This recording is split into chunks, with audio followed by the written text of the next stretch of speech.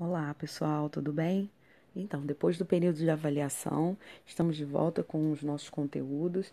A gente vai dar continuidade na camada atmosférica, mas dessa vez a gente vai falar das misturas de gases que estão presentes na camada atmosférica, tá? Dos componentes do ar, é o título, do nosso próximo capítulo. E vocês deverão utilizar para esse estudo o livro didático de ciências, que vai da página 94 à página 98. Vamos lá. O ar. O ar é uma mistura de gases. A gente inicia a leitura desse conteúdo com um esquema aí, um quadradinho, onde tem várias letras N inseridas, um pouquinho de O e um quadradinho sem letra nenhuma. O que quer dizer esse esquema? O que quer dizer esse quadro? A quantidade de N aí significa nitrogênio. Isso quer representar o tanto de nitrogênio que a gente tem na nossa camada atmosférica. O O2 significa oxigênio, também representa a quantidade de oxigênio que a gente tem na atmosfera. E o quadradinho sem letra nenhuma significa outros gases, outros tipos de matéria que estão também ali presentes na nossa camada atmosférica. Pois bem, o ar ele é formado basicamente por uma mistura de gases. Além dos gases, é possível também encontrar partículas sólidas e líquidas. Mas que gases compõem o ar? Aí a gente volta aqui para esse esquema, né? Por que tem tanta letra N aqui para fazer essa representação? Porque é justamente o gás nitrogênio, representado aqui pela letra N, que é o gás que está em maior quantidade na nossa camada atmosférica, né? Depois vem o oxigênio e um pouquinho de outros gases também, ou partículas. Vejam que de cada 100 partes de ar, 78 são de gás nitrogênio, 21 são de gás oxigênio e uma parte de outros gases, como gás carbônico e gases nobres. Poeira, micro-organismos, fuligem e vapor de água também podem fazer parte do ar. Em outras palavras, 78% da atmosfera do nosso planeta é constituída por gás nitrogênio, que é representado pela letra N2, quimicamente falando. 21% gás oxigênio, O2, e 1% por diversos gases. E agora vamos estudar os principais componentes do ar. Primeiro, o gás nitrogênio, representado pela letra N2. Talvez você nunca tenha ouvido falar desse gás, no entanto, ele é o mais comum na atmosfera. O gás nitrogênio não é tão conhecido como o gás oxigênio e o gás carbônico, porque não participa da nossa respiração. Então, que importância tem o gás nitrogênio? Você certamente já ouviu falar das proteínas, substâncias muito importantes para o desenvolvimento e o crescimento das crianças. O nitrogênio, como elemento químico, faz parte de qualquer proteína. Nós não conseguimos utilizar o nitrogênio do ar. Então, como ele vai fazer parte das proteínas do nosso corpo? Vamos lá. Primeiro, é o gás nitrogênio que está em maior quantidade na atmosfera. Segundo, apesar dele estar em grande quantidade, não é o gás que a gente respira. O gás que a gente respira é o O2, o oxigênio. Mas, apesar disso, nós utilizamos o gás nitrogênio na construção da proteína. E o que é proteína? Por exemplo, toque seu braço. Está sentindo, né, os seus músculos?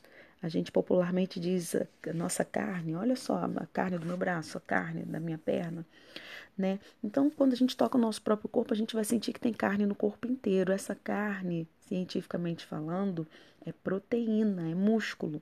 Então, nós somos feitos, construídos de proteína. A proteína é muito importante no nosso organismo, né? E o músculo é só um exemplo que eu estou dando. Ela faz parte de outros itens também que compõem o nosso metabolismo. E então a gente precisa do nitrogênio para estar construindo, né, a nossa musculatura, entre outros processos que fazem parte, que utilizam proteína no nosso corpo. Mas como a gente pega esse nitrogênio então? Como a gente fixa esse nitrogênio então, se ele é um gás e a gente não respira? O que a gente trabalha na nossa respiração é o oxigênio entrando nos nossos pulmões e gás carbônico saindo dos nossos pulmões. Vamos dar uma chegadinha agora na página 95. O esquema mostra que bactérias do solo transformam o gás nitrogênio N2 em substâncias denominadas nitratos, que são absorvidas pelas raízes das plantas. Os átomos de nitrogênio contidos nos nitratos são utilizados dentro das plantas, na produção de outras substâncias chamadas proteínas. Quando um animal herbívoro come a planta, está adquirindo proteínas vegetais ricas em nitrogênio. Outros animais, dessa vez, os carnívoros, vão comer os animais que comem as plantas e assim aproveitam para si as proteínas. Vamos entender. Observem esse esquema aí. Tem uma planta. Essa planta, ela absorve nitrogênio através das suas raízes. Lá nas raízes não está cheio de pontinhos amarelos? Esses pontinhos amarelos são bactérias que vão conseguir retirar da atmosfera o gás nitrogênio. Então, a planta, lá nas suas raízes, né, tem a presença de bactérias que conseguem retirar nitrogênio do ar. Pois bem, vem um animal que é herbívoro e se alimenta dessa planta. Ao se alimentar dessa planta, como tem nitrogênio na planta, ele passa a adquirir o nitrogênio que está na planta. Então, seu corpo vai absorver o nitrogênio através da planta. A planta vai absorver o nitrogênio através da bactéria. A bactéria vai absorver o nitrogênio que está no ar, né? Que vai ser utilizado para formar aí os nitratos. Então, a gente vai fazer um churrasco, vamos supor. Fizemos um churrasco, fizemos uma carne assada para almoçar, para jantar, enfim, vamos utilizar carne para consumir. Se a gente utilizar a carne desse animal que comeu a planta, que contém o nitrogênio, a gente também vai conseguir fixar o nitrogênio. Então, é assim, a gente come uma carne de um animal que comeu uma planta e essa planta tinha bactérias nas suas raízes que conseguiam fixar o nitrogênio. E aí vai o ciclo. Esse esquema aí é o ciclo do nitrogênio, tá? Que está sendo representado de forma simplificada para o aluno, onde plantas fixam o nitrogênio através de bactérias, né?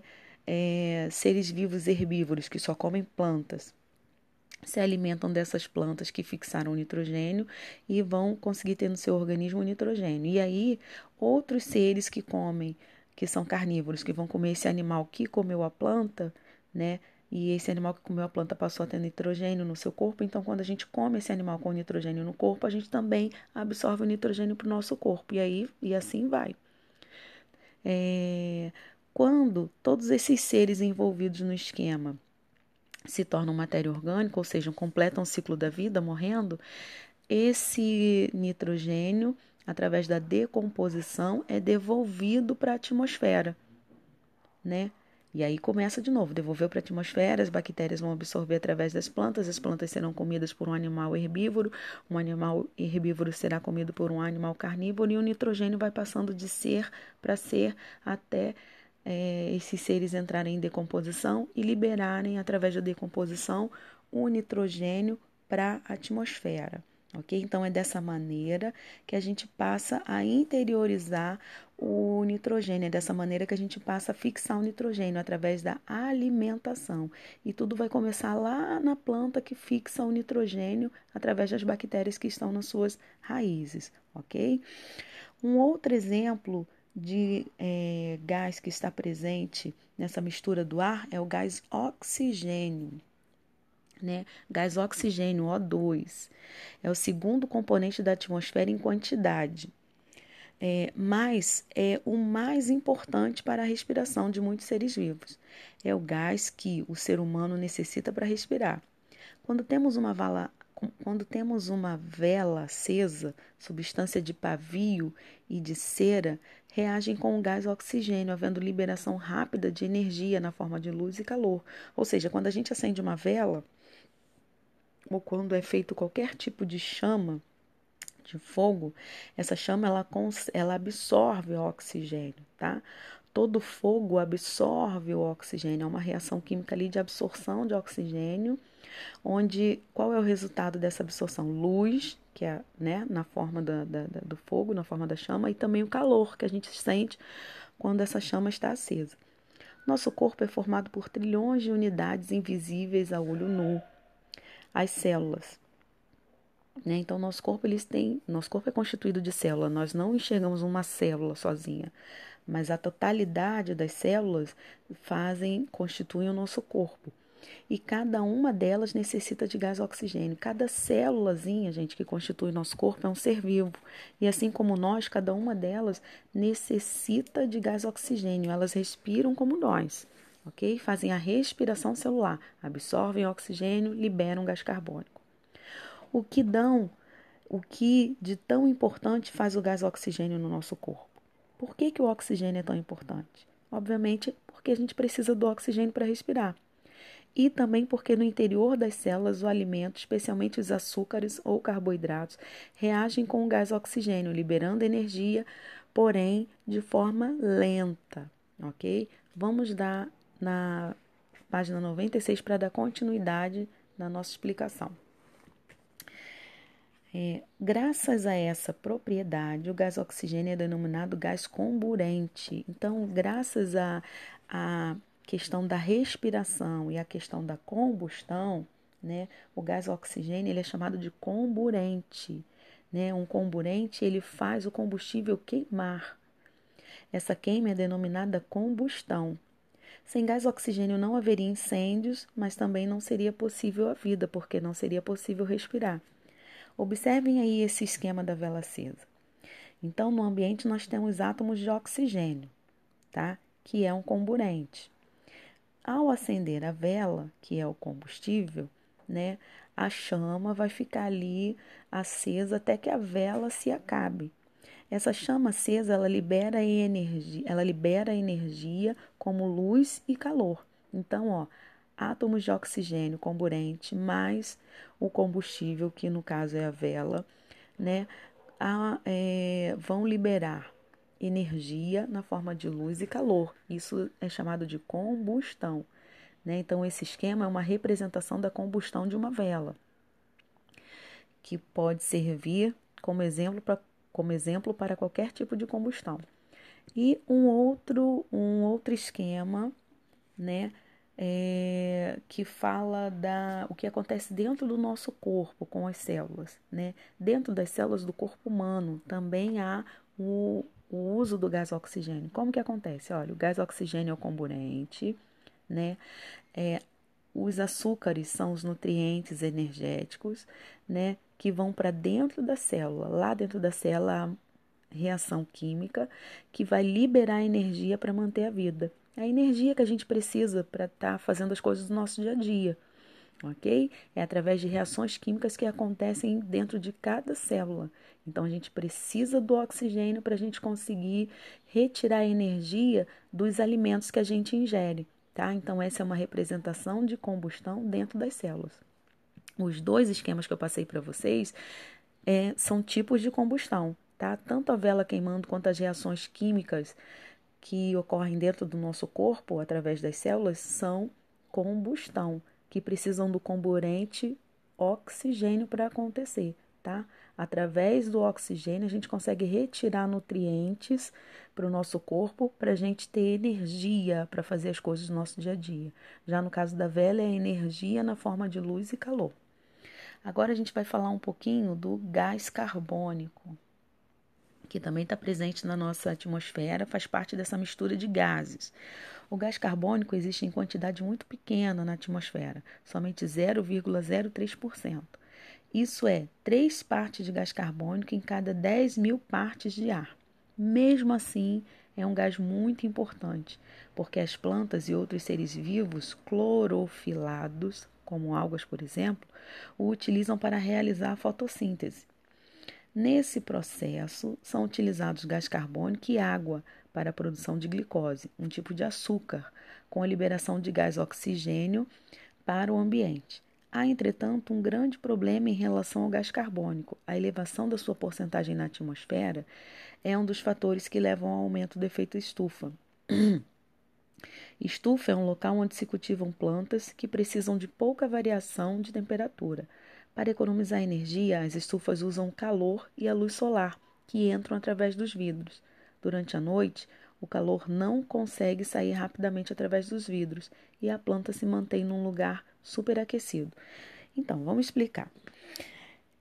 O gás carbônico, apesar de estar presente em pouca quantidade, como a gente viu, 0,03%, ele é muito importante, porque esse gás carbônico que a gente libera na nossa respiração e o gás carbônico presente na atmosfera através de outras atividades, ele é absorvido pelas plantas, né?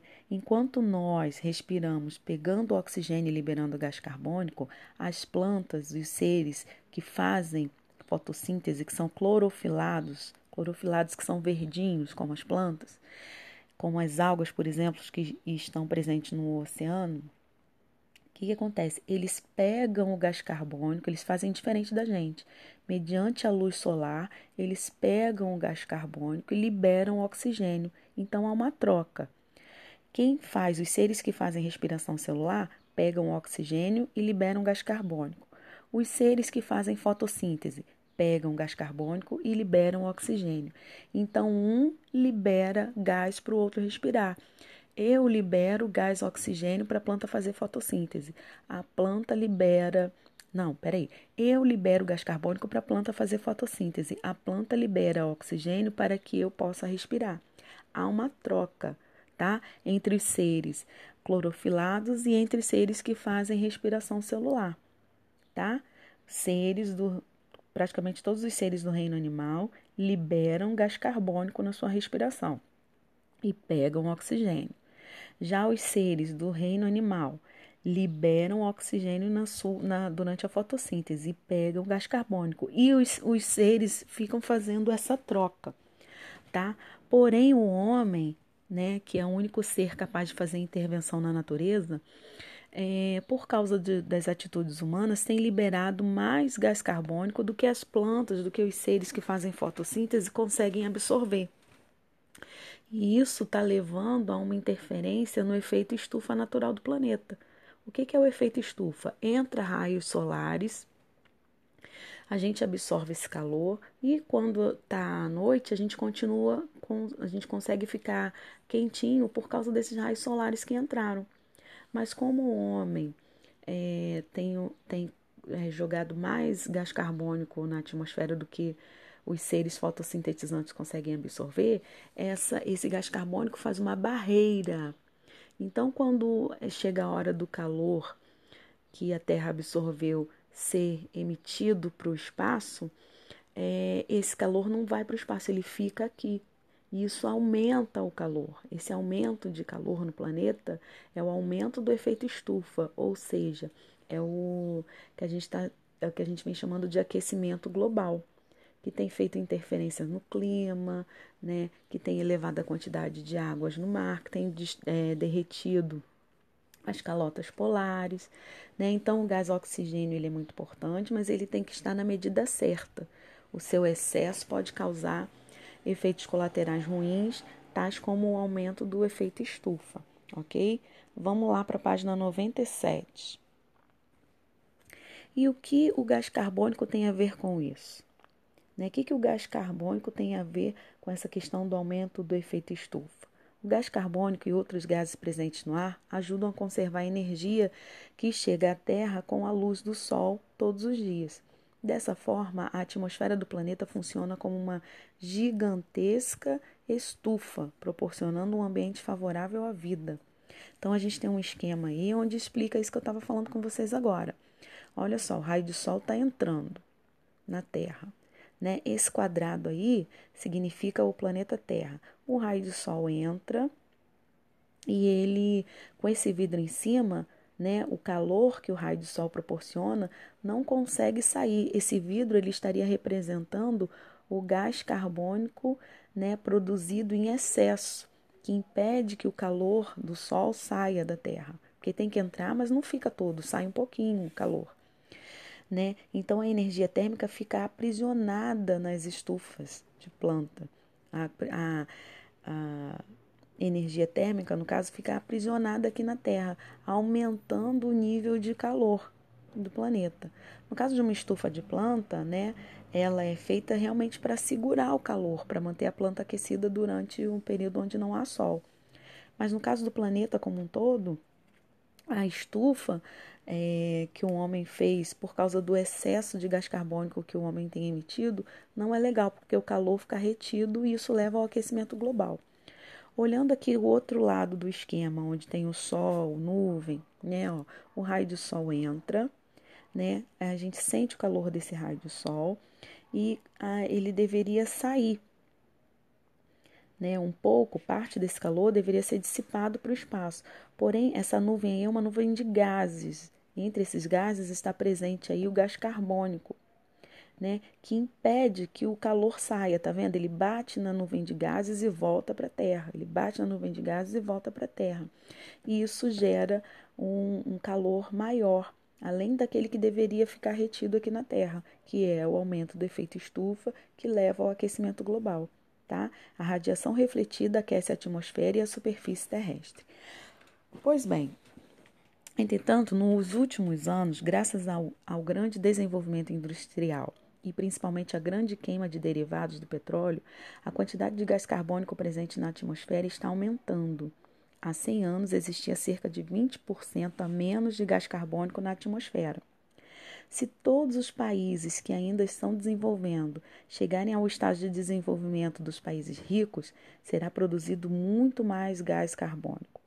Tal situação determinaria uma elevação da temperatura média da Terra, levando o gelo dos polos a derreter. Isso seria um grande problema, porque o nível do mar subiria e as cidades localizadas próximas a ele poderiam ficar submersas. Mas esse é um problema que a ciência pode nos ajudar a resolver. Então, aqui esse trechinho, né, do texto da página 97 explica para a gente o que eu já falei, a questão do efeito estufa por causa do excesso de gás carbônico. Tá?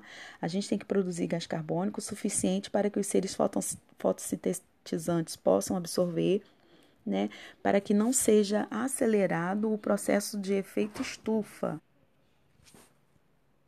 Então, dando sequência aí no que a gente falou sobre as misturas de gases, nós temos também presença de gases nobres e vapor de água. Mas o que são os gases nobres? Vamos lá. Uma pequena quantidade da atmosfera, menos de 1%, é formada por gases denominados nobres, os quais recebem esse nome porque normalmente não se combinam com outros elementos químicos. São eles: hélio, neônio, argônio, criptônio, radônio e xenônio. Vamos lá na página 98, a nossa última página desse assunto de hoje. O vapor d'água também é um componente da atmosfera. Pode ser encontrado em maior ou menor quantidade, conforme o lugar e a estação do ano. Durante a estação chuvosa, há em maior quantidade e em deserto há em menor quantidade. Então, gente, gás nobre é um assunto que vocês vão ver mexer mesmo de fato lá no nono ano. Então, vamos embora estudar para chegar lá. Mas vocês precisam entender agora, já no sexto ano, que além do gás carbônico, do oxigênio e do nitrogênio, a atmosfera também é composta de gases nobres. Por exemplo, esse gás que a gente enche o balão, quando a gente vai ao shopping, não tem um monte de criancinha com balãozinho de personagens, e se a gente solta esse balão, ele sobe com maior facilidade, vai para o alto, vai para o céu? Então, o gás que enche esses balões, por exemplo, é o gás hélio. Mas cada gás que eu falei aqui, hélio, neônio, argônio, né, que compõem os gases nobres, eles não são importantes só para estar enchendo o balão, não, tá? Eles têm funções na natureza. E, por exemplo, o gás hélio, além de encher balões, é um gás que está presente lá no Sol, né? Faz parte dessa dinâmica que o Sol tem no sistema solar. Então, esses gases aí, eles são muito importantes, a gente vai entrar em detalhes mais à frente na vida escolar de vocês. Nesse momento, vocês precisam saber o quê? Que tem na atmosfera, além do gás carbônico, nitrogênio e oxigênio, também gases nobres e vapor d'água. O vapor d'água a gente identifica, inclusive, na nossa respiração. Se vocês forem na frente de um espelho e respirar pertinho do espelho, o espelho não fica embaçadinho, aí a gente passa a mão assim e sente que ele está meio úmido, isso é água. vapor d'água que sai na nossa respiração, tá? A gente coloca gás oxigênio para dentro dos nossos pulmões e a gente libera gás carbônico, mas junto com esse gás carbônico sai também vapor d'água, tá? E esse vapor d'água, como que a gente pode comprovar a existência dele? Fazendo essa experiência simples, indo à frente de um espelho e respirando bem próximo desse espelho. A gente vai ver que ele fica embaçado. Esse embaçadinho, tá? Esse quentinho que sai da nossa respiração é vapor d'água, ok? E o vapor d'água no nosso planeta, ele vai variar de acordo com o ambiente, de acordo com as estações do ano. Por exemplo, na floresta amazônica, o ambiente é bem úmido, tem muito vapor d'água, tá? Já num deserto, o ambiente é bem seco, tem pouco vapor d'água na camada atmosférica, ok?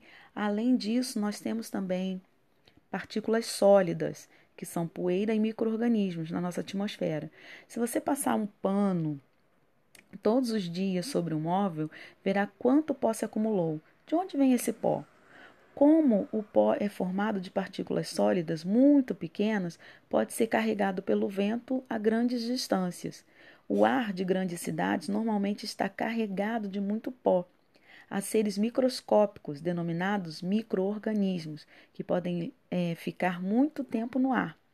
Havendo oportunidade, entram no corpo humano, principalmente pelas vias respiratórias, e causam doenças como tuberculose, sarampo, gripe e muitas outras, inclusive o Covid, né?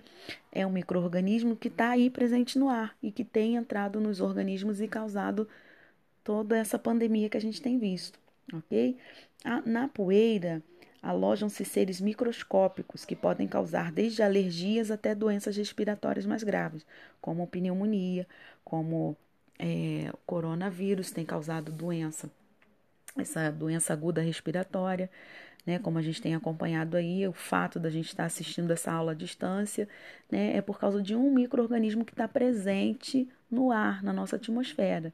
Então, tem micro-organismos que podem não causar nada e tem micro-organismos que podem causar doenças graves, né? Assim como tem poeira também, que geralmente causam alergias. Então, gente, esse foi o nosso conteúdo, tá? Nosso primeiro conteúdo após as provas, os componentes do ar, tá? Vou estar mandando atividade no